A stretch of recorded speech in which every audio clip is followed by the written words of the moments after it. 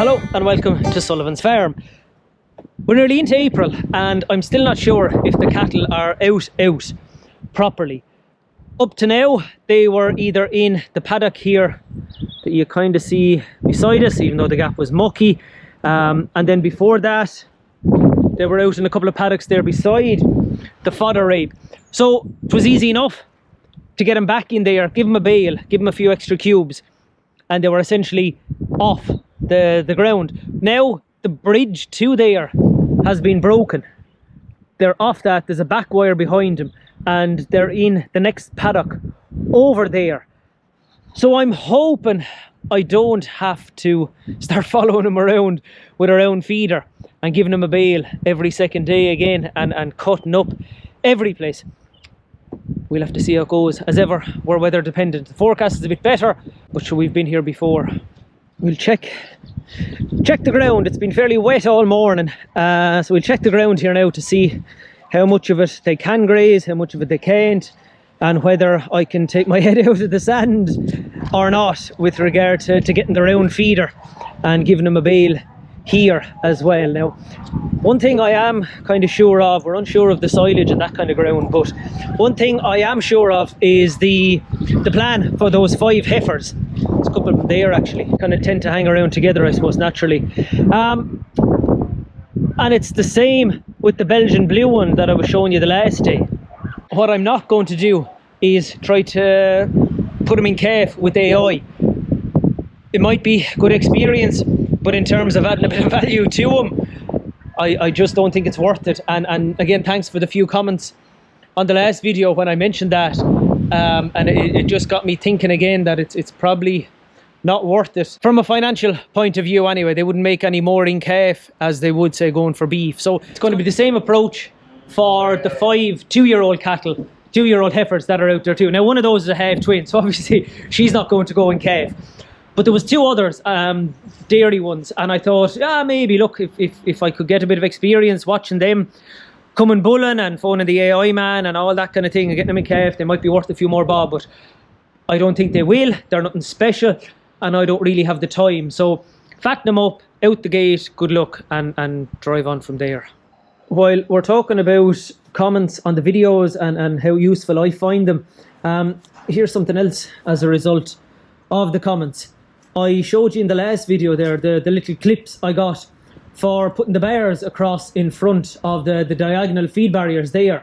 They were handy, but there was a little bit of work with them and they were hard to tighten, and then I was going to have to cut bars to put in front of them as well. So after the comments the last day, I went over to the Farm Relief again and I got that ratchet strap, pulled it across in front of them, brought back the clips, and it was cheaper. I saved a few bob and it's an awful lot easier. So again, thanks a million for those comments. I do read every single one of them and I do appreciate every single one, so thanks very much. I'll have a little bit of time tomorrow, so the plan is to move those bales out of the bottom span of the new shed over into first span of the cubicles there, and then move another 5 calves out here. So all going well, they'll be there tomorrow evening, and we'll show you them at the weekend. Then we'll set up a pen, 2 pens, one at a time. 1 pen in here, in the cubicles. Cover everything with lime and straw and all that kind of thing. And then we'll have 2 of them in here. It's a bit dark now, but we'll open the door at the end a little bit more, and that'll leave a little bit more light.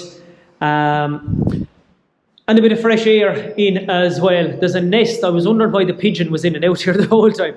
There's a nest, can't see it, up there in the corner.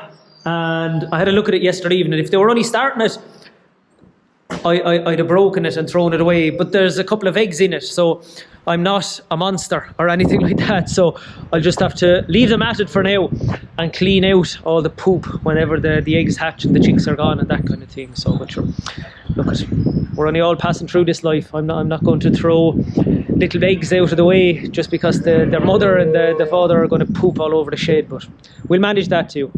As we're passing, we'll have a look in at the calves. The Angus ones are flying. Frisian ones out here are flying. I need to put down a bit of lime and straw under them tomorrow, so we'll get to that too. They're picking away the hay. And what I'm going to try then, and this is where I'd welcome any comments or any experience people have too, in about a fortnight's time, they'll all be 6, 7, 8 weeks old. I'm going to try to move them on to once a day and see how we get on. So at the moment, they're getting 600 grams of milk powder in 5 litres of water, and that's split over 2 feeds. So I'm going to try and move them to 600 grams of powder in 4 litres of water in 1 feed, maybe in the morning, and see how they go. So again, if anybody has any experience of that, throw it into the comments below. I've seen people talking on boards.ie about it, and apparently it works, and the Wonder Thrive powder I have is suitable for that. So we'll give it a go. Try it for a few days. If it works, it works. If it doesn't, we'll just switch back again. All going well. I'm being optimistic. The weather is turning and next week is going to be better. So thoughts are turning towards fertilizer and what I need. So I have a rough idea of what I need for silage ground and for grazing. And I've tried to price around, but I'd say I'll probably go with where I got it last year. They seem about the best price as well this year, and thankfully it's coming down a few bob from what it was about a month ago. So what I'll try and do is throw it up on this trailer again, and it's just easier to load into the spinner then as I'm needing to use it. I'm hoping I'll use about a ton less this year, cut a little bit less silage because I'll need less next winter, and hopefully the dung from the new shed will save a bit as well. What I did last year was spread a bit of dung out on a couple of the fields that I was grazing, and the contractor assured me there'd be no issue and the cattle would just eat around it, and that's exactly what happened. It gave the grass a real lift and the cattle did eat around it. So I need to work out a plan as to what to do and how to manage that this year as well, and hopefully then the shed and the straw will start to pay for themselves in that regard as well, in the reduced fertilizer use. I have a dozen other small jobs written down in a notebook that I need to get to, so it'll be busy enough. It's a good time of the year though. It's a nice time of the year. The evenings are stretching out. We have the new time. I'm telling everybody the weather is going to be better next week, so it's a nice time of the year on the farm. Thanks a million for watching. We'll talk to you soon. If you have any comments on the once a day for the calves, throw them in below. Mind yourselves, and I'm going to go out and get the ring feeder now and give these a bail in the paddock, because I just need to take my head out of the sand on that. We're not in the proper spring just yet. We'll talk to you soon. Good luck.